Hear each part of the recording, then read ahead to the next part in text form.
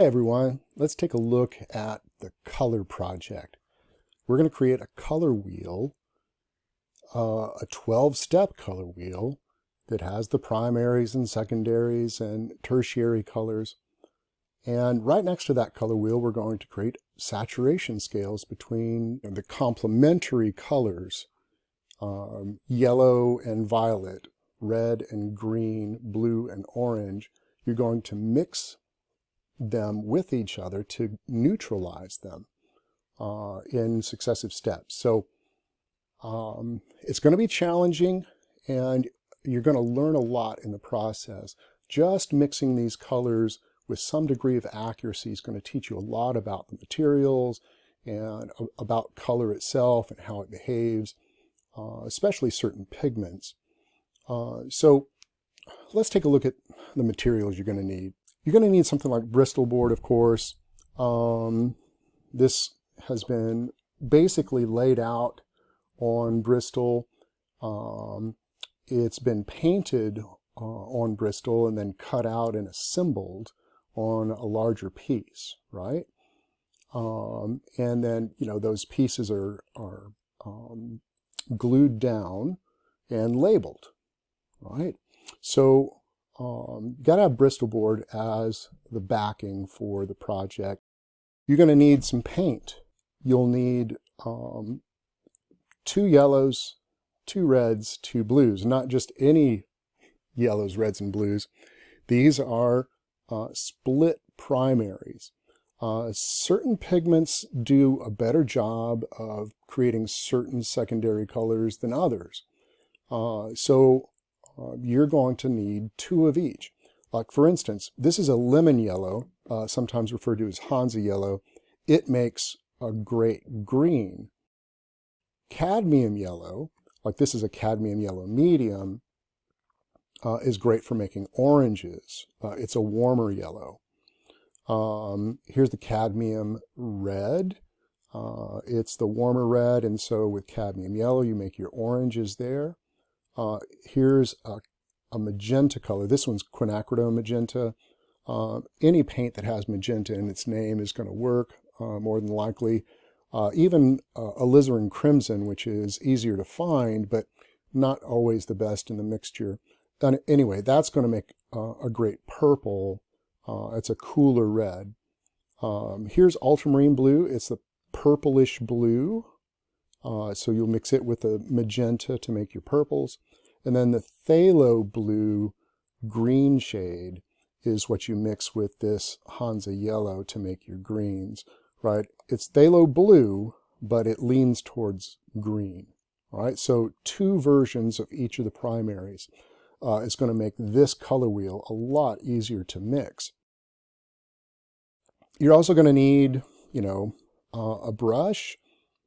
Probably at least a 1/2 inch brush will make your life a lot easier. If you've got one that's even bigger, even better. You want a brush that's softer, right? Stiff bristles for this project mean more streaks. And you're actually trying to create this color wheel without a lot of streaks. We don't want a lot of texture getting in the way of us seeing that pure color. You're trying to prove to me that you've got a good eye, you can pick out these colors, you can take a look at them on a color wheel, and then control the paint and apply it in a neat, consistent manner. You're trying to learn some level of control in your craft. There'll be time for more expressive painting, but this is not one of them. Here I want you to really kind of be in control of what you're doing as best you can. A palette knife really helps when you're mixing these colors. A pencil, of course. An X-Acto knife to cut these things out when you're done. And, a word of warning, like an X-Acto knife, that's a sharp object, a sharp instrument. You've got to take incredible care when you're dealing with sharp instruments like that. Anytime you're working with a knife, it's super important that you have a fresh blade and that you watch what you're doing. More about that safety later. You should have a pair of sharp scissors. If you're one of those people who just cannot use an X-Acto knife, a sharp pair of scissors is your next best bet. It's much more difficult to cut these out accurately with scissors, though, I'll just warn you. Having a self-healing mat for that knife is a must, right? I've got a larger one under here, but if you can just pick up a small one like this, really inexpensive, it's large enough for what we're going to be doing. We're just cutting out 1-inch squares, so this will be good enough. So get your hands on one if you don't. Make your life a lot easier, a lot safer.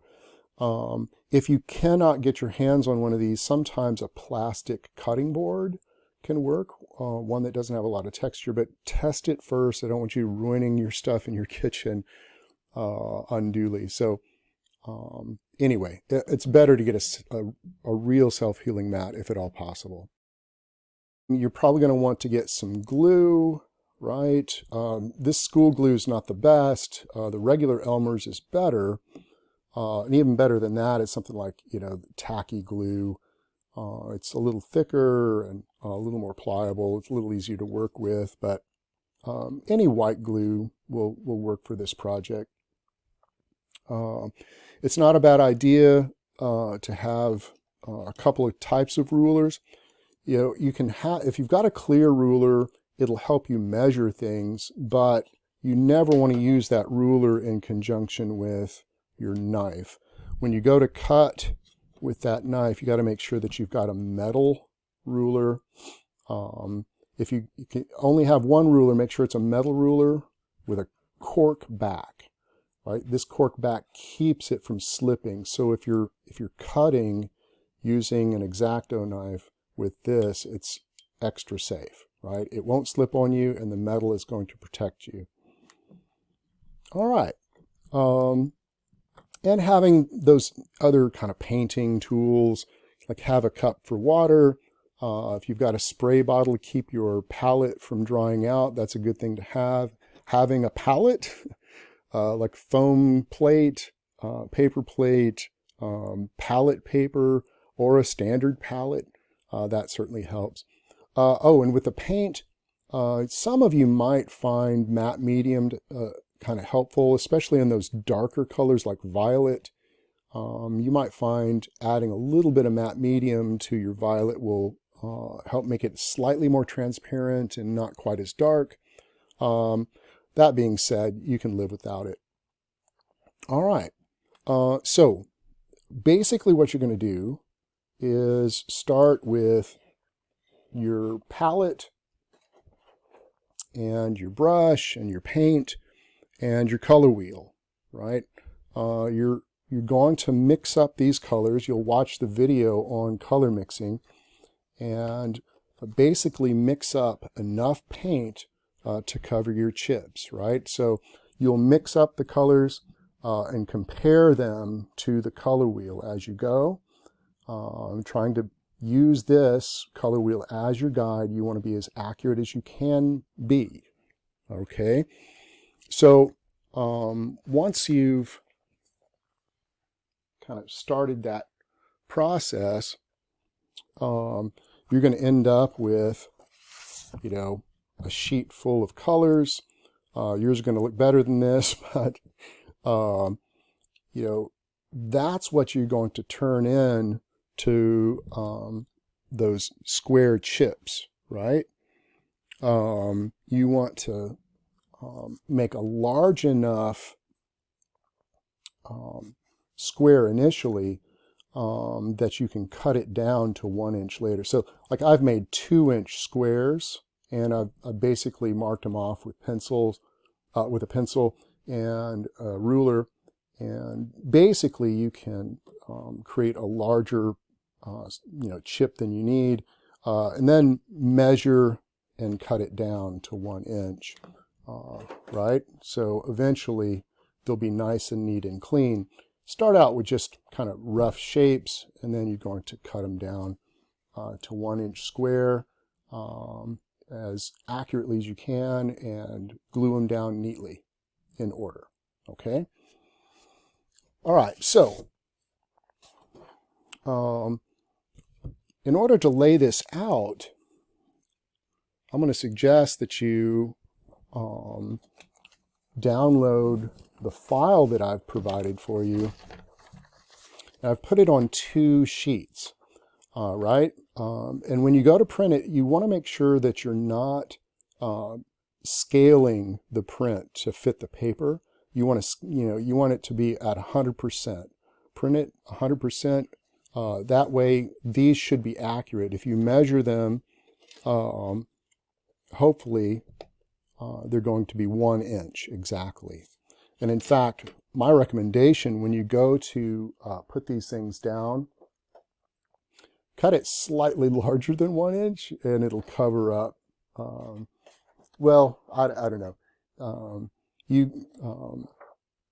Just try to be as accurate to the 1 inch as you possibly can. Anyway, sometimes it helps to go a little bit larger. That way, if you mess something up, you can trim it down. Okay, so if you print these out and put them side by side, right, you can essentially tape them together.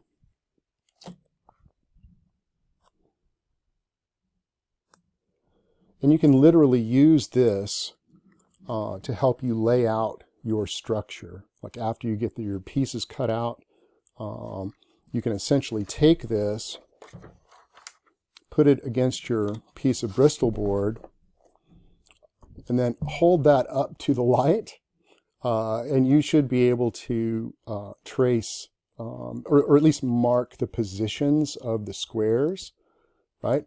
Hold it, basically I'd suggest that you tape this to the Bristol board and go hold it up against a window. That way you'll be able to see it and transfer it to, the layout to the Bristol board. If you don't have a printer, basically all you're going to do is just eyeball this layout and try to match it as best you can, right? Get your ruler out, measure things, make sure that it looks neat, and that the distances between these different squares is consistent, right? Like part of this grade is going to be, can you make it look neat? Can you lay it out in such a way that it looks professional, right? So either print this out and use it as a template to help guide you, or just look at the example on eCampus and use that as a guide to help you lay the thing out as neatly as you can. Like you have some, decision-making power in this. Like it doesn't have to look exactly like this. I just give you this as a guide to help you kind of keep things organized and as neat as possible, right? Again, some of you are super neat by nature, and others of you are not. And those of you who are not need to work on that.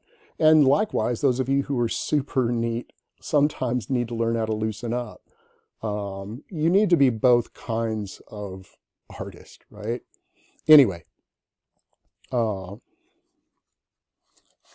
the next thing I want to talk to you about is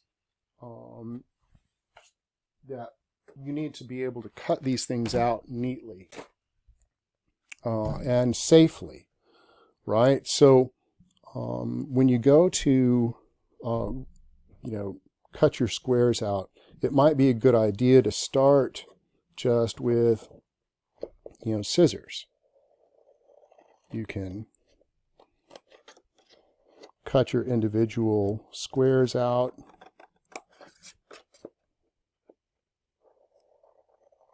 And remember, I've cut this 2 inches wide so that I can now cut it down to 1 inch. Makes sense? So it's very important that you start with a sharp blade on this knife. Safety first. And if you've got a dull blade, you're going to have to work harder and use more pressure, which is not a good idea. So start with a fresh blade. Get your self-healing mat. Lay it down. And again, if you've got a clear ruler, that might help you mark like your 1-inch area, right? So you want to make sure that you're choosing a part of your chip that's streak-free and as neat as possible. So kind of eyeball it and find the 1-inch area there that's the best.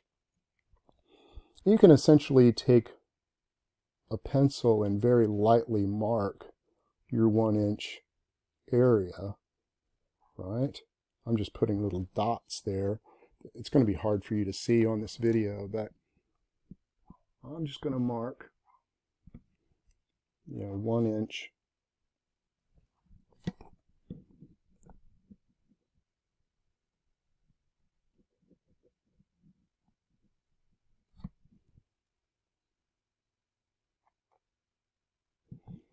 Okay, so one thing that you can do, you may or may not know about this. Well, first of all, always make sure that you hang on to the cap for your X-Acto knife. That's probably the most important safety feature. Did you know that you can use the back side of this knife to mark things? Now remember, metal ruler anytime you're using a blade. And I'm putting the metal over the part of the piece to protect it, right? I don't want the ruler out here, because if I make a mistake, I'll be making a mistake inside the chip, where I want to keep that part. So put the ruler over the good part of the chip that you want to keep to protect it. You can take the back side of this knife, not the sharp side, but the dull side on the back, and actually mark a very light line there. It's going to be hard for you to see, but I've basically put a very light mark using the back side of that blade. And you can do that just to help you see things more clearly.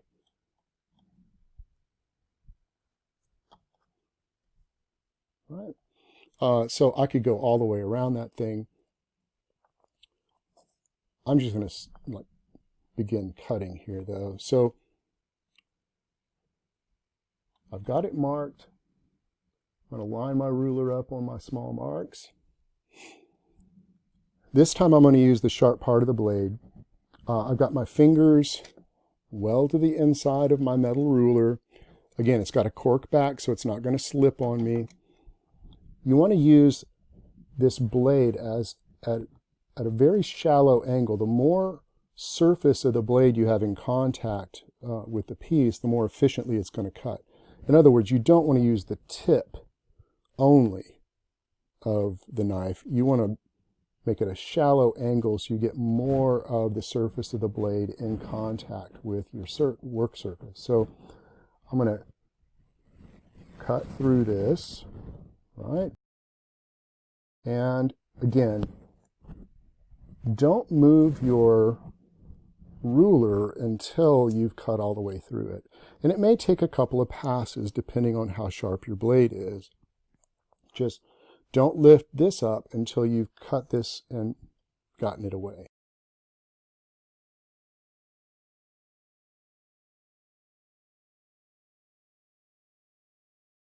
Again, shallow angle. Might take a couple of passes. Always be conscious of where your fingers are, because you want to end up with all of them when you're finished. Okay, nice and easy. Don't strain, just bring the knife through a couple of times until it releases. It helps also, like if you want to, you can use the lines on your self-healing mat to help you measure exactly 1 inch.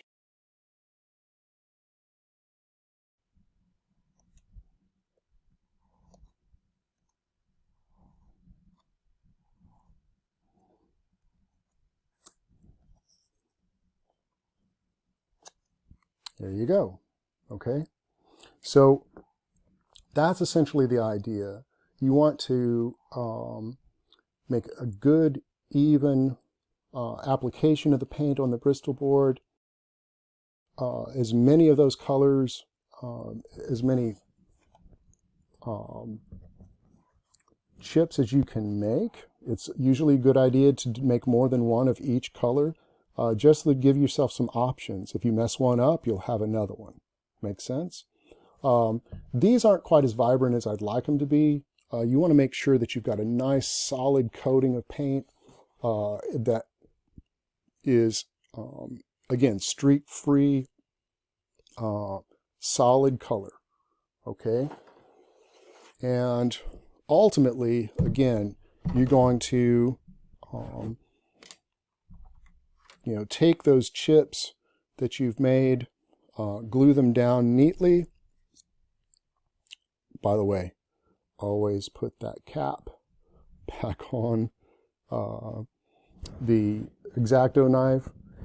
I knew somebody once who had a drafting table that was on a slant, and they put their X-Acto knife at the top of the drafting table, bent down to pick something up off the floor, and it, essentially rolled down off that table and stabbed him in the back. He had to go to the hospital, and the doctors tried to call CPS on his mother. He was still living at home at the time. They thought that he had been stabbed with an X-Acto knife. So let that be a lesson to you. Always put the cap on. Always be sure of where you're putting it. Keep it in a safe place. Always exercise care when you're dealing with an X-Acto knife. Super important. Anyway, so once you've got all your chips cut out for the 12-step color wheel and the saturation scale, again, watch the video on color mixing for more information on that. Glue them down. Be careful with the glue. Only use enough. I would suggest that you apply the glue, right? Like put that glue in a little cap or a little container. Have some water handy and a paper towel. If you were to dip your brush in that glue, apply it to the back of your chip, right? Very neatly all the way to the edge. You can then, put that down in place. It's much better than just trying to, squirt glue directly on the back of the thing. Be neat, be systematic, be careful, use, common sense, take your time. You don't want to be in a rush when you're doing this, right? Anyway, once it's all laid out and it's neat and clean, I want you to label each one of these things, right? Each color should get its own label. If you've got a printer and a computer at home, I would suggest that you just make a list, print it out, cut them out, and glue them down. That's going to be the neatest way to do it. If you don't have a printer and you're going to do it by hand, I would suggest, again, you get a separate piece of paper or Bristol board, right? Write down your your colors on that separate piece of paper, cut those out and apply it. That way, if you screw something up, you don't have to glue that one down. But if you're writing directly on here, it'll save you some time maybe, but if you screw it up, then it's going to look bad and you'll be stuck with it. So anyway, that's the project in a nutshell. I'm really a big proponent of learning how to mix colors. This may not be the most exciting project that you're going to do this semester, but it's arguably the most important. Like basically learning how to control materials, apply them neatly, be systematic in your approach, lay it out with some degree of accuracy and neatness and professionalism. It's a real test of your skills. I wish you the very best of luck. You can do this. Again, just take your time, budget your time, and you're going to be fine, right? Okay, good luck to you.